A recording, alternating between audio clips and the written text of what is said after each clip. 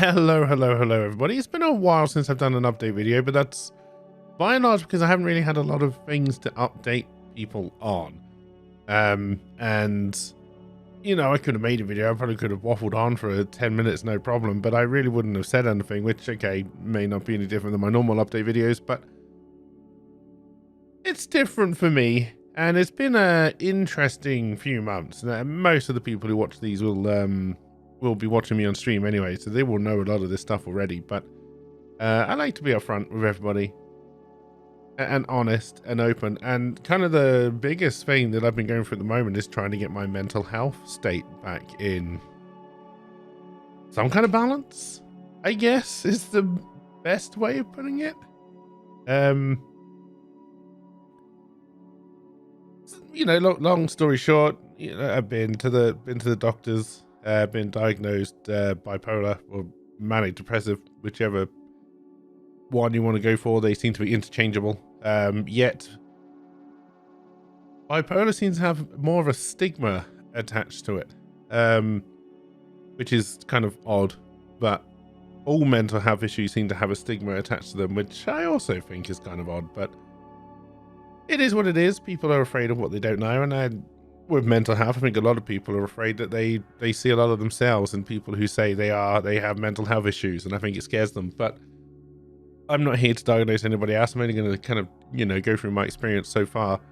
One is it's expensive.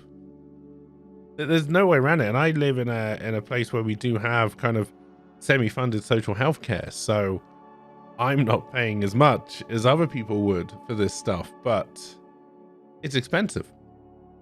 In fact, I have foregone, much to some of my doctor's chagrin, a lot of the individual chatting sessions because they are expensive, they're not subsidized, and I plain cannot afford to do them as often as they would like.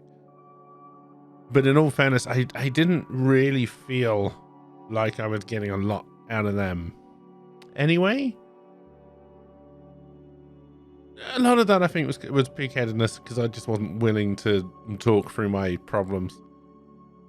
You know, there's always which is weird. I'll do it now, no problem. But when there's somebody else in the room, I do find it a lot harder to open up. I think that's the British in me, right there. Don't take that as a lewd sex joke. Or do. I don't care. Do what you want. Do what you want. So yeah, that's been kind of tough. I have joined the online group session, which has been more useful, I think. And in that session, there are people kind of just where I am, you know, we're like 2-3 months into this kind of, you know, and like with most problems, the first thing you have to do is admit that you have an issue. And you're willing to accept help for it. And that's kind of been my biggest struggle. It only took me 13 years. You know, it's not too bad. But that's kind of my big first struggle. And it is comforting, you know, when you're in a group session, people kind of telling the same stories, you know, how they kind of struggle to come to terms with it and seek help for it and all that kind of stuff. And then there are the people who are like further along the journey who kind of give you hope that this is all kind of worthwhile. And I think this has been the biggest eye-opener to me. And it makes sense when you think about it, right? Just like with any kind of problem, like whether it's an addiction problem or anything you're trying to recover from, you don't get healthy overnight. Now, when people, you know, portray mental health problems in films, documentaries, whatever it is, they do tend to get healthy overnight. You know, they seek help, they get help, they're fine. There's gonna no struggle, you know, no gradual increase, no ups and downs. I can assure you there are ups and downs. So I'm on medication. I finally admitted and accepted to take the medication, and I'm still not 100% sure if it's helping me, to be honest, but I think it is. One of the main problems I'm having with the medication, it's increased my insomnia to a wild degree. So over the past couple of weeks, I've been getting 20 minutes sleep a night, and most things that they kind of tick the box as to, oh, you're going into a depressive state, also tick the box or you're just fucking tired. And when you're trying to judge the effectiveness of a regimen you're on, mix of all that, and it just feels like it's not making a blind bit of difference. But deep down, I think it is making a lot of difference. I think I am just fucking tired right now. But kind of meandering away from the main point, which is dealing with mental health issues is, well, for me, it's going to be a lifetime struggle, and it's just another thing on the plate, right? But I think it's good to know that it is a struggle, and it's good to know that there is help out there. Like I said, I've been finding the group sessions very helpful. The medications, I think, are helping, but at the same time, I've been living my life in a kind of, I don't know, haze, blur, bubble, however you want to put it, and kind of, I look around at things how they are right now, and I wonder how I let it get there, if that makes any sense. And it is a struggle. It is yet another struggle. But I'm doing it. And honestly, I recommend for anybody who is having any kind of struggle with this kind of stuff, talk to somebody. You know, it does help. I think it does help to talk to somebody who isn't particularly close to you. They can be a lot more subjective. They can be a lot harder towards you. And you don't kind of carry resentment. You know, they may say the exact same things that family members, friends have been saying to you for years, but because it's coming from someone who technically doesn't give a shit about you, I don't know, I just find it easier to take on board. Again, I don't know if that's a male psyche thing, British thing, human condition. I think it's part of the human condition, honestly. But I just kind of wanted to let people know that this is now something I'm trying to deal with. And there are ups and downs. And if anybody else starts to try to deal with mental health stuff, be prepared for the ups and downs. And don't give up just because it's difficult. You know, much like trying to diet. And as you can tell, I'm not very good at diets. Dieting, weight loss is easy to begin with, especially when you're a great big fat boy like I am. And then you hit a wall and you just give up. The same, I think, is true for mental health. Maybe not all of them, but definitely for what I'm going through at the moment is things look better. You hit a wall. You wonder if it's all worth it. But it is, I think, by and large, getting better. So that's kind of the update on that side of things. And I suppose now I should kind of do an update on the channel. We're still streaming. I still just stream whatever I want to play. I haven't changed my attitude towards that. I'm still by and large enjoying it. There are certain aspects, I guess, of streaming which have lost a little bit of their sheen, but I still very much enjoy the community that we have that we have right now, and the interaction we have is you know, it's a highlight. I really enjoy it. I think the thing that's kind of starting to lose its sheen streaming side is the actual playing games part of it. And if I could move away from that, and I never thought I'd say this, but if I could move away from that and do more IRL stuff, whatever that might be, I think that is something that sounds appealing to me right now. But I don't know what that would be. I don't know how that would work. So for now, we're going to stick with the games. The games wouldn't disappear completely, because I do enjoy playing them, but I think I would like to throw in a little bit more variety and not just do game streaming, but we'll see how it goes. On the other side of things, on the kind of the more creative front, which is something I haven't talked about for a long time, because I just haven't been in the right frame of mind to try and push forward on any kind of this kind of stuff. There is a lot of progress being made. A lot of it's behind the scenes. I'm not really ready to launch it, talk about it too much yet, but there is a lot of stuff that I want to get out. And this is where I know the medication is helping. I'm actually producing it. I'm keeping at it. I'm getting it done. The podcast is going to come back. I now have 6 episodes of the podcast recorded, ready to go. I need to record 2 more, and then kind of the story arc for kind of the first season of the podcast is ready. It's going to take me a while to get those 2 done, and then once they are done, I'll put them out, release them on a week-by-week basis. The other thing that's been taking up a lot of my time is world building for a kind of massive undertaking, which I'm going to try and undertake, hence what's called an undertaking. And I've kind of started that over on, I found a website called World Builder. It's really quite messy, but helpful for when you're trying to do all this world building kind of stuff. There's a lot on there, but it's all set to private. I'm kind of not ready to bring that live yet. And part of the world building is not just for stories, and kind of everything I produce, including the podcast I just mentioned, everything is going to be part of the same massive thing going forward. I've tentatively called it the Cakeyverse, you know, to make it easier when I sell to Disney. They've already got a name for it. But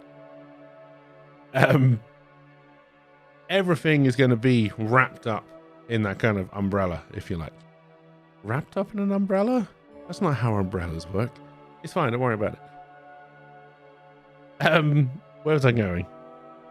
But yes, and part of that, part of the world building, part of what I'm doing is trying to design a world and systems that could work for a tabletop RPG, a la D&D, Pathfinder, all those other kind of things, and kind of working my way through that. And that's been honestly really nice to do. I don't think I've got a great rule system in place yet, but there is a rule system that I have designed, and which I will make live on World Anvil as and when I can. But it's helped build the world, build the structure, you know. So how long is this video already? All right, I've got time for another rant probably. So recently I've watched all of the Star Wars films, all of the Skywalker saga, basically, and I watched them in order, mostly. Episode 2 I had to watch last. I tried, so all right, start from the beginning. Episode 1 I don't think is as bad as most people remember. It has a very slow section with the Trade Alliance, but it has some very good, I think, Star Wars bits. I think the pod racing, I'm still a fan of the pod racing. I know a lot of people aren't, seems to be a Marmite thing, but I am a fan of the pod racing. The pod racing sequence as filmed is probably a little bit too long and a little bit boring for what it is, but I like the idea of pod racing, and I think that was a nice kind of thing to put in. The Darth Maul, I think, is one of the better characters Star Wars have ever introduced, and was woefully underutilized. Jar Jar Binks is still annoying as fuck, but nothing's going to change that. And side note, kind of been watching the Clone Wars animated series again, and every episode where Jar Jar Binks turns up, I skip. He's just an annoying character. I don't know why they tried to make him something better with the Clone Wars. They should have just got rid of him. But anyway, that's beside the point. Episode 2 I did watch after episode 1, fell asleep. Episode 2 to me is the most boring film I think that has ever been made, with the most ridiculous and boring love story, with way too much political shit, and a kind of very good bit with Christopher Lee in it. That's pretty much it. I can't really go into how the film slots together because I've never been able to watch it all the way through without falling asleep. So I have seen bits. I have never seen the entire film, and I've tried a few times now. Episode 3 is fine. It's, to me, it's definitely the best one of the prequels, but it's still, to me, it misses a certain something, which none of the Star Wars films have managed to recapture since the originals. So then we get on to A New Hope. A New Hope is not as good as I remember. Now, I don't know if that's because of all of the tinkering they did, all of the added little aliens doing little bits, which add nothing to the film, just distract from it. But it is still a very solid movie. More or less. You know, it's very basic. Even for the time it was basic, you know, it was wagon train in space. It was nothing hugely special apart from the special effects. And apart from the instances where they've tried to add CGI stuff into the originals, the special effects still hold up fairly well. Like, you can tell they're models, but they look good. They do look good. Empire, to me, is still the best Star Wars film, and I think it's the only film in the Star Wars canon, for the Skywalker saga especially, that actually stands out as not just a good Star Wars film, but a good film. It is well written, it is well paced, it is brilliant character developments all the way through. And it, to me, apart from some of the odd reveals, and it's interesting when you read now, it's finally coming out that a lot of these reveals were last minute out of their ass. You know, the whole Darth Vader being Luke's father was not planned. There was meant to be a Darth Vader and an Anakin Skywalker. For the longest time, they were not the same character, but oh whoops. And so then we get to Jedi. Jedi is fine. I'm not a huge fan of Jedi. I like the Ewoks, but it's all a little bit too kid friendly for me. And I know they're meant to be kids films, but Jedi to me is what allows a character like Jar Jar Binks to be developed later on for the prequels. And it just, but there is good character development, and it's a nice end to the story. And let's face it, those 3 movies, no more ever needed to be made. But they did. Then they made The Force Awakens, I think is the next one. Not as bad as I remember like the first time I watched it, but still relatively dull, I think. Then we get on to the next one, which I think was The Last Jedi, where they introduced the character of, I want to say her name is Rose, who is without doubt the best character introduced into Star Wars in years. Absolute years. And then you get on to Rise of Skywalker, where, you know, Abrams comes and does his typical Lost Abrams best and just makes a complete dog shit of whatever story was trying to be told. There you go. There's my kind of brief rendition. And I've completely forgot where this rant came from. I was making a point, and this rant had something to do with that point, but now I don't know what the point is. So everything that I've just said is pointless, much like every other Star Wars movie outside of the original 3, which isn't the point I was trying to make, but it works, and it will wrap up the video. Thank you so much for the support. Thank you so much, everybody, for coming by the streams, watching all the kind of stuff, for being interested enough to keep on asking for these update videos, for being interested enough to kind of keep me going, thinking of trying to get the Cakeverse up and running. It is all appreciated. It means the world to me. I cannot thank you enough. I can try. It'll never work. But huge thank you to everybody, and I will see you all in the next one. Bye for now.